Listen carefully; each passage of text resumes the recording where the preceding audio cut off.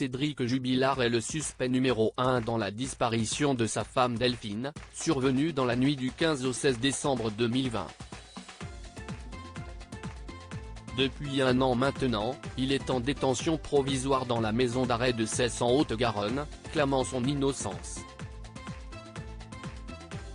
Ses avocats estiment que le dossier de leur client ne prouve rien, outré qu'elle puisse garder depuis autant de temps un homme sans véritable preuve. Ils avaient aussi avancé l'idée d'un autre suspect qui a été trop vite, selon eux, écarté.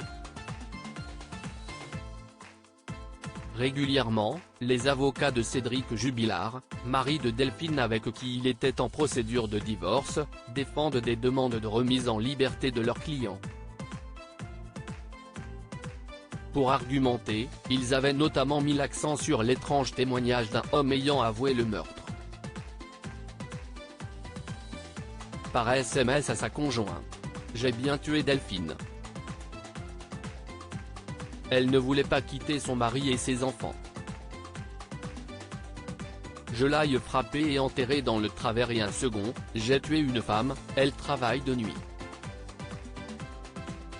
Elle n'a pas voulu quitter son mari pour moi.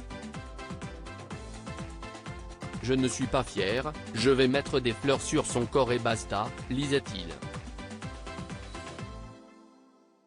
Me Jean-Baptiste Allary, l'un des 3 avocats de Cédric Jubilard, regrettait alors que les enquêteurs n'aient pas auditionné la compagne de cet homme.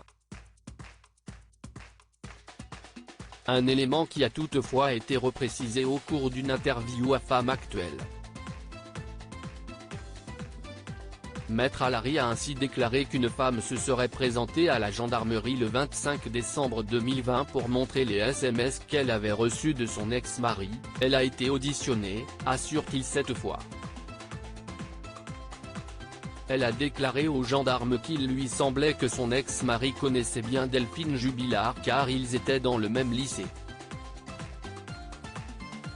Cette question a été posée au principal intéressé 3 jours plus tard, le 28 décembre à 18h55, et ce dernier a répondu « Non, pas du tout. Elle est beaucoup plus âgée que moi. » Alors que Delphine Jubilard a seulement quelques mois de moins.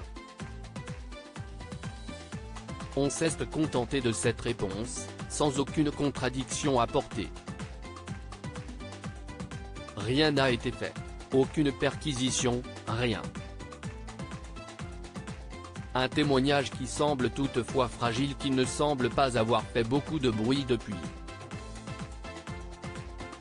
La défense du peintre plaquiste ne l'a pas rappelé lors des récentes auditions, préférant mettre l'attention sur le dossier vide à l'encontre de leurs clients et les dysfonctionnements de la justice.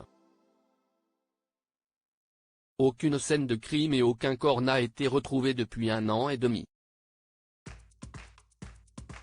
Cédric Jubilard reste présumé innocent des faits qui lui sont reprochés jusqu'au jugement définitif de cette affaire.